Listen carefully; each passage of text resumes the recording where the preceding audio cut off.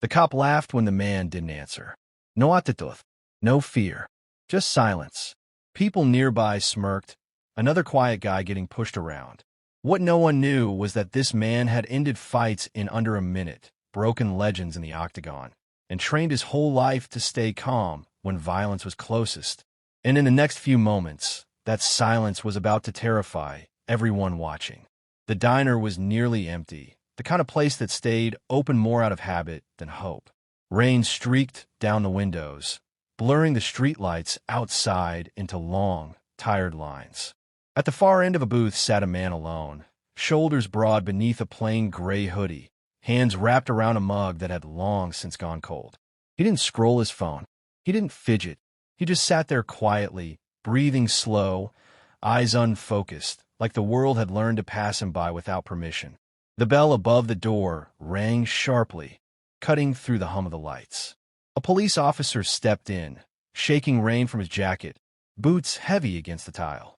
Officer Keller was the kind of man who filled a room without trying.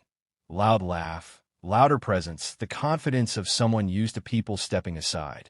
He ordered coffee, joked with the waitress, then noticed the man in the booth. Something about the stillness rubbed him the wrong way.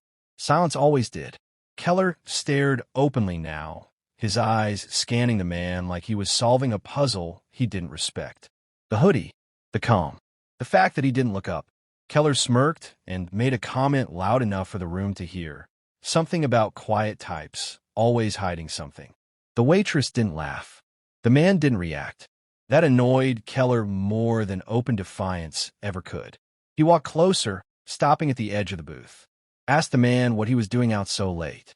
The answer came calmly, almost politely. Just drinking coffee. Nothing in the tone challenged him. Nothing begged. Keller pressed harder, asking for ID, enjoying the small power of the request. The man moved slowly, deliberately, like every action had been measured years ago and stored away. No sudden movements. No attitude. The name on the license meant nothing to Keller. Jack Rourke. Out of state. 38. Big guy, but not intimidating in the way Keller understood. No tattoos showing. No scars on his face. Keller joked about warrants, about guys passing through always being trouble. He watched closely for flinches, for signs of fear. There were none. Just steady eye contact, calm and unreadable. People who had never been in real danger often mistook quiet for weakness. Keller was one of them. He pushed a little more, letting the ID linger in his hand, invading space, testing boundaries. Jack didn't move, but something shifted, not outwardly, not visibly.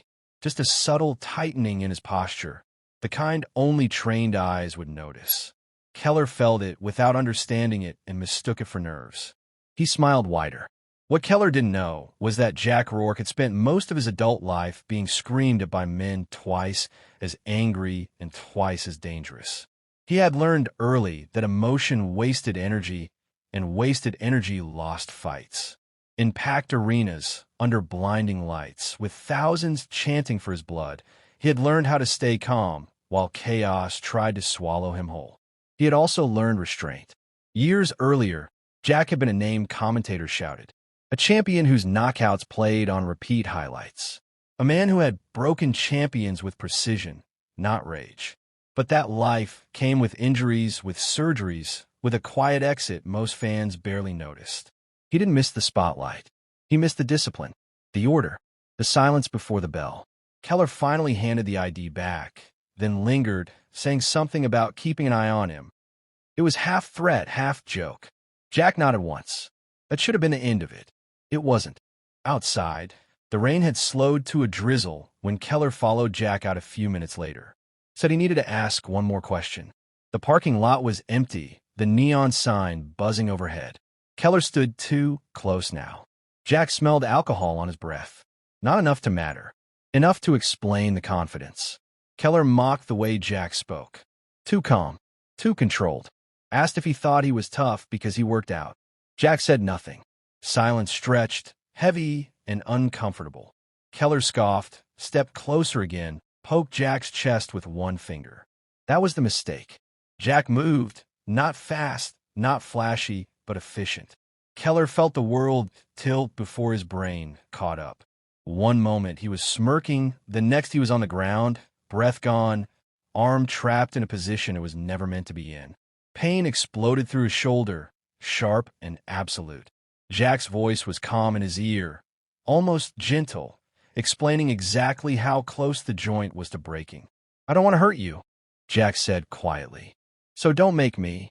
There was no anger in it. That was the terrifying part. Backup arrived to find Keller shaken, embarrassed, arm intact only because Jack had chosen to let go. Witnesses spoke in hushed tones. Someone had already pulled out a phone, whispering about recognizing the man, about fights they'd seen years ago.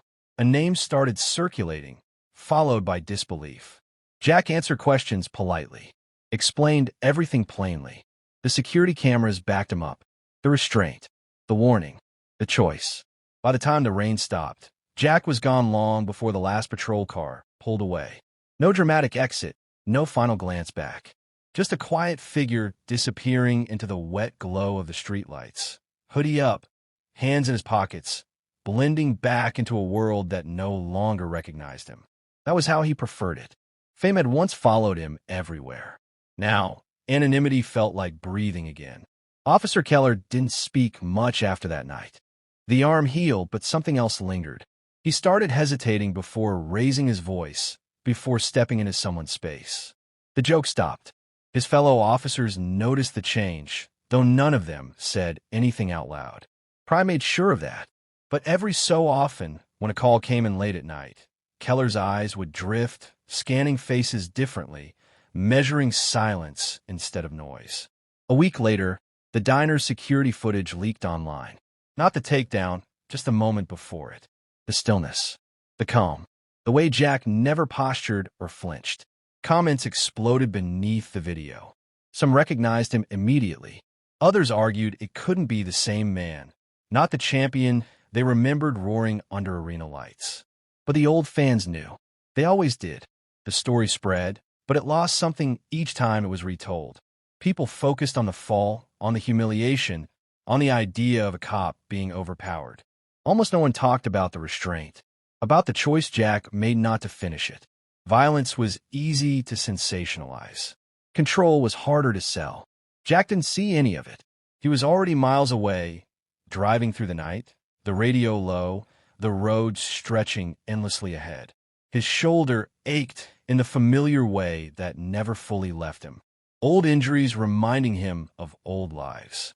He welcomed the pain. It kept him honest. He stopped at a rest area just before dawn, the sky beginning to pale. As he stepped out of the car, a young man stared at him a little too long. Recognition flickered, then doubt. Jack nodded once, a silent acknowledgement, and the moment passed. That was usually how it went now. Almost known, almost remembered. People assumed fighters lived for conflict. Jack knew better. The real fight had always been knowing when not to engage. Knowing when walking away took more strength than throwing the first punch. That lesson had taken him years, broken bones, and a career to fully understand. Back in the city, Keller finally wrote his report. He chose his words carefully, left out the jokes, left out the mockery, stuck to the facts. For the first time in a long while, he read it twice before submitting it. He didn't sleep much after that. Every time he closed his eyes, he felt the exact angle of his arm, the certainty in Jack's grip, the calm voice explaining consequences like simple math. Weeks later, Keller stood in the same diner on another late shift. Same buzzing lights, same tired counter, a different waitress, a different mood. A quiet man sat alone in a booth, drinking coffee. Keller glanced at him, then looked away, ordered his coffee, kept his distance. Some lessons only need to be taught once. And somewhere out there, moving through back roads and forgotten towns, Jack Rourke remained exactly what he had worked so hard to become. Not a champion, not a legend, not a story people argued about online, but a man who understood his own power well enough to leave it unused. Jack didn't measure his life by wins anymore. He measured it by the moments he walked away, by the mornings he woke up without cameras, without expectations, without the roar of a crowd demanding blood. Power, he'd learned, wasn't in domination, it was in restraint. Months later, A small gym in a nowhere town opened its doors before sunrise. The sign was plain. No names. No champions listed. Inside, a handful of kids trained with a quiet coach who corrected footwork more than he praised punches. They never knew what he used to be, only that when he spoke, they listened. Sometimes late at night, Jack would sit alone after locking up, hands resting on worn mats, breathing slow. The world still had men like Keller in it.